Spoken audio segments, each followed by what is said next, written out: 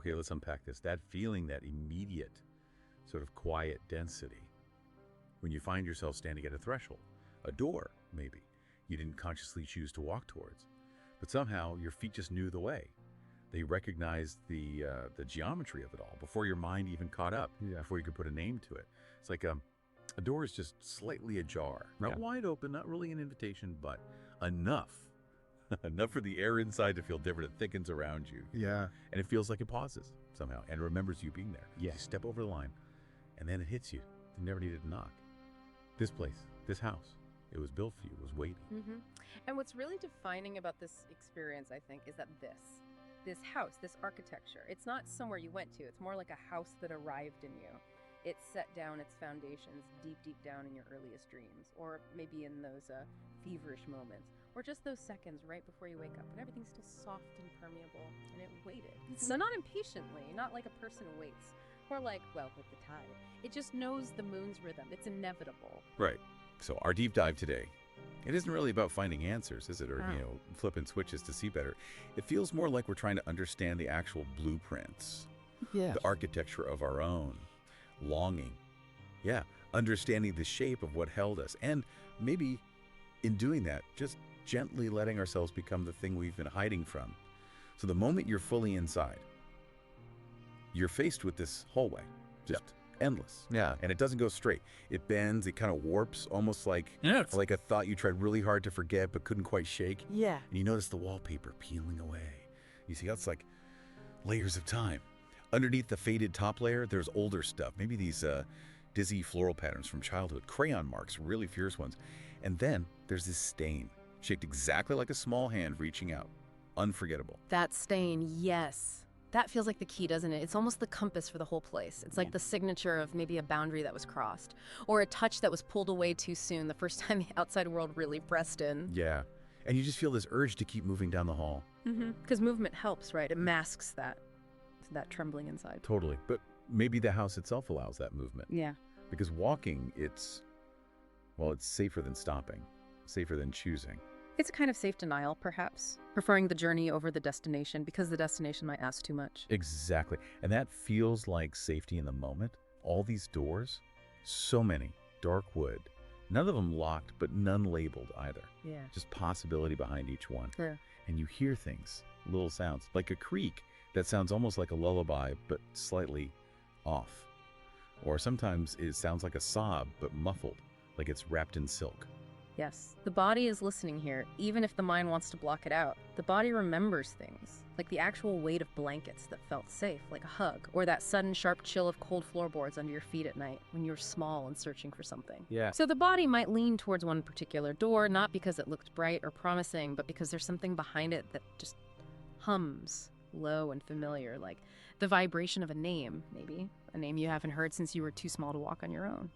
And when you finally let yourself choose one, the door just sighs open. Not protesting, just weary acceptance.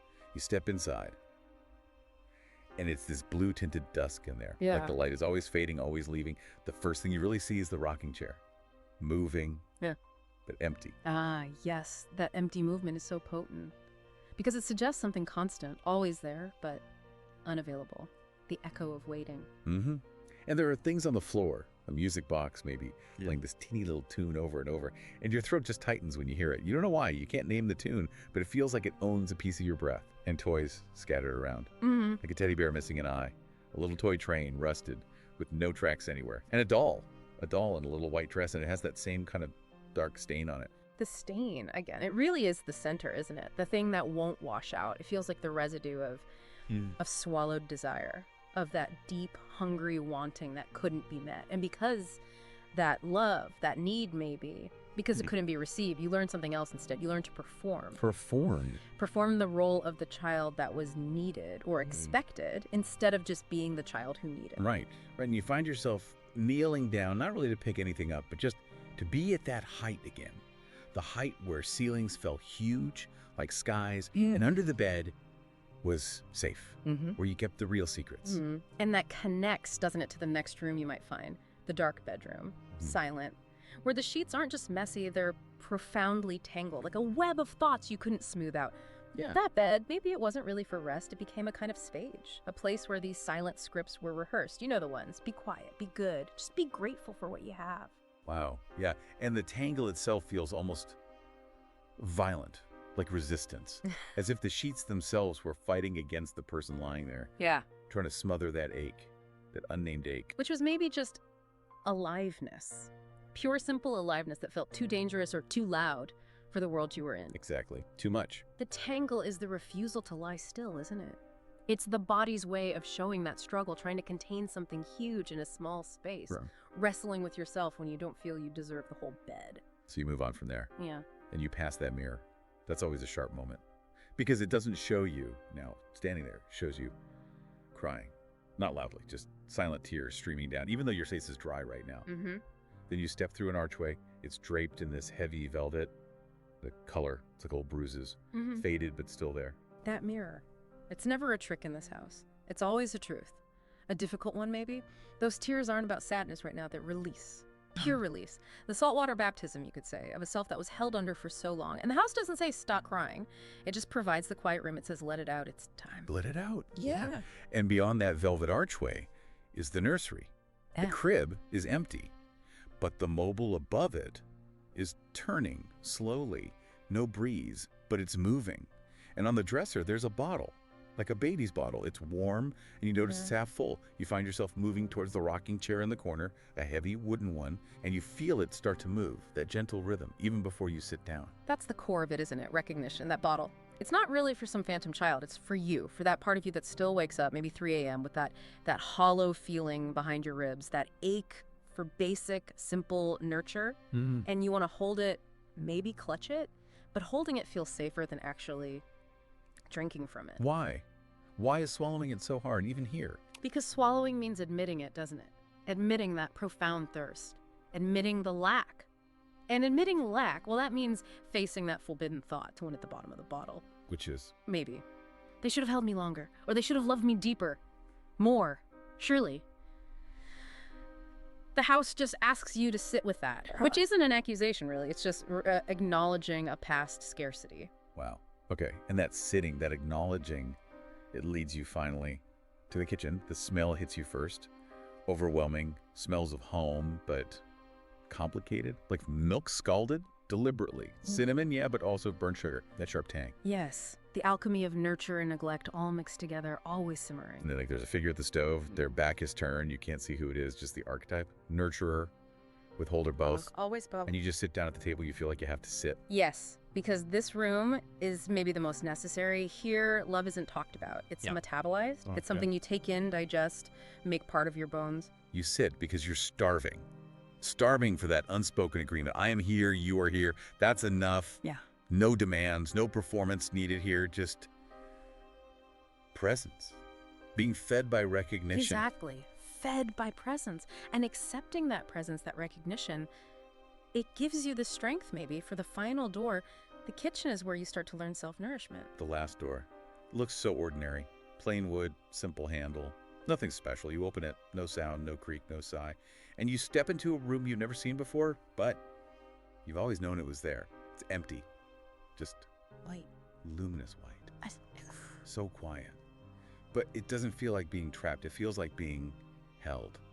Gently held by possibility. And right there in that quiet, the big deception of the whole journey kind of unravels. You thought you were looking for a key, didn't you? Or a map, or maybe someone else to explain it all. Yeah, I guess I did. But the house wasn't hiding answers, it was hiding the real question, the one underneath everything, which is simply, am I allowed to want? That white room, it's not emptiness, it's not absence, it's potential. It's the cleared canvas, just waiting for you to claim it. And it hits you then. Yeah. The house wasn't hiding something from you, it was hiding you. Yeah. From yourself, hiding the wanting part of you, the unburdened part.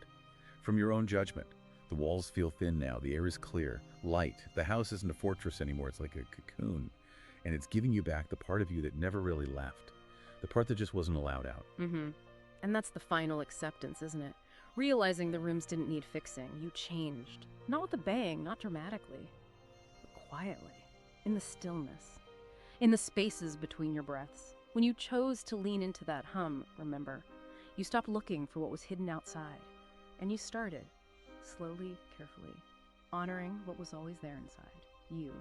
wanting, needing, aching, but fundamentally, undeniably, alive. So you surface, slowly, like emerging from deep water. Not jarringly, just gently. And the house doesn't just vanish, it sort of folds inward. It integrates itself into the little hollow space behind your knees, maybe, into the rhythm of your breathing, which feels slower now, deeper. You feel anchored, not by walls anymore, but by this new awareness inside. Right. And maybe the final thought for you listening is this. You don't actually need to go back into that house, that architecture, to fix things. You don't need to conquer those rooms. You just need to know they're there.